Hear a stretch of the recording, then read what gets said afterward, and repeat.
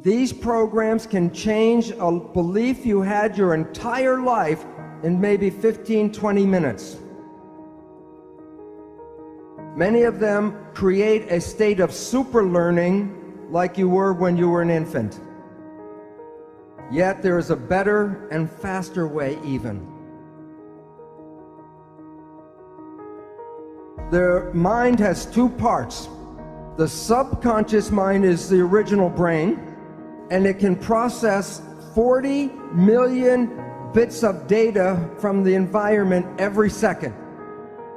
The mind is very powerful and very fast, but it's totally habitual. It's not creative. It can only play back what it learns. In evolution, the front part of the brain, the prefrontal cortex, gives rise to consciousness. It's a small piece of the brain that is consciousness. Self or consciousness is an add-on option, and most people don't exercise the option. But note, it can process only about 40 bits of data per second. The subconscious mind is 1 million times more powerful. While the subconscious mind is fast, the conscious mind is slow at processing. That's why when you're in an emergency or stress, you operate from this one, because it can operate fast and handle lots of data. But the difference between the two is this is habitual. It is the conscious mind that is creative and can generate free will. The conscious mind can control anything in your entire body.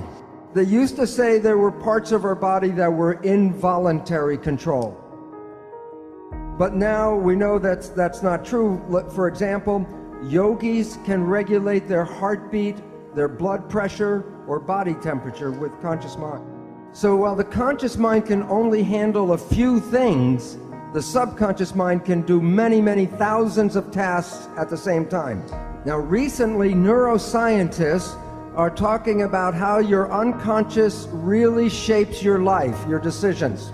What they say, according to cognitive neuroscientists, we are conscious of only about 5% of our cognitive activity. Most people, 1% of their day is in the conscious mind. So every day, you create only from your creation mind, your conscious mind, only about 1% of what is going on in your life. And therefore, 95 to 99% of your life comes from your programming in your subconscious mind.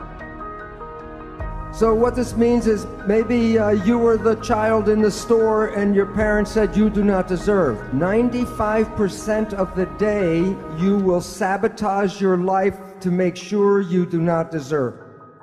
And the reason why is the subconscious job is to create reality out of the program. And so therefore, if you have negative programming, 95% of the day, you will create that negative experience in your life. Now here's the problem. The conscious mind and the subconscious mind work together. So whatever the conscious mind focuses on, it can control, but what it's not focusing on, the subconscious mind controls. So most of our day, we are thinking about the future or thinking about the past. That's with the conscious mind. So if the conscious mind's not paying attention to right now, then everything you're doing during the day is being run by the program that you got. But the problem is, because your mind is not, the conscious mind's not paying attention, then it does not see the program being played by the subconscious mind. So most of every day, you are not playing programs that you personally want, you're playing programs that you got from other people. But you didn't see those programs, so when your life doesn't work, you say the universe does not support me. And yet the truth was, it was your own invisible behavior that sabotaged you.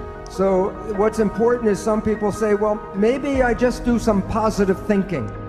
Which mind does the positive thinking, conscious or subconscious? The conscious mind, which works at 5% a day with a 40-bit processor, And when you're doing your consciousness, are you paying attention to what's going on?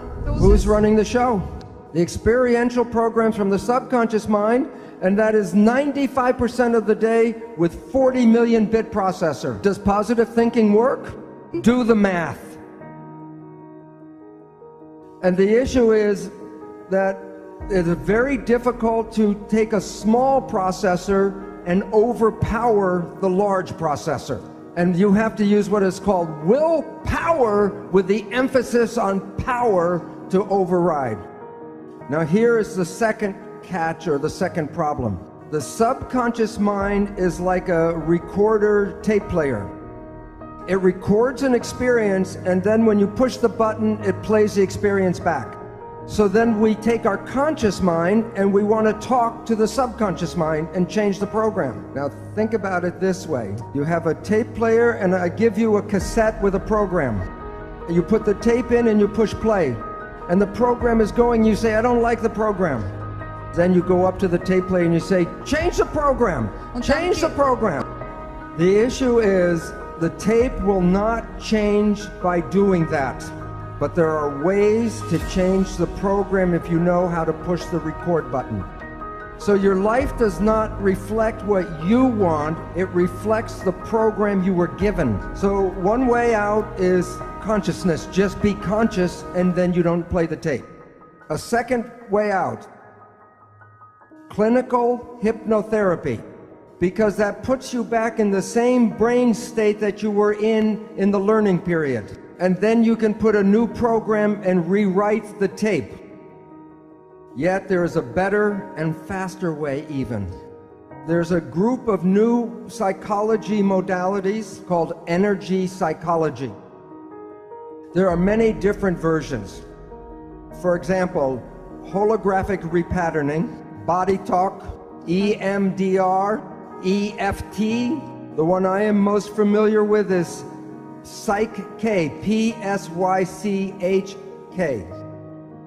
These programs are like pushing the record button on the tape player. These programs can change a belief you had your entire life in maybe 15-20 minutes. Many of them, like Psych-K, create a state of super learning like you were when you were an infant. But I'm now going to show you how your thoughts go out and affect your life on the outside. EEG, you put wires on your skin and read the brain activity. MEG, the probe does not even touch the head. You can read your brain activity outside of your head. It's not magic. When a nerve carries a signal, it's like an electric wire. It has an electrical component, and so the electric component can be picked up by electrodes on the skin. But when a wire is carrying a current, it also has a magnetic field around it.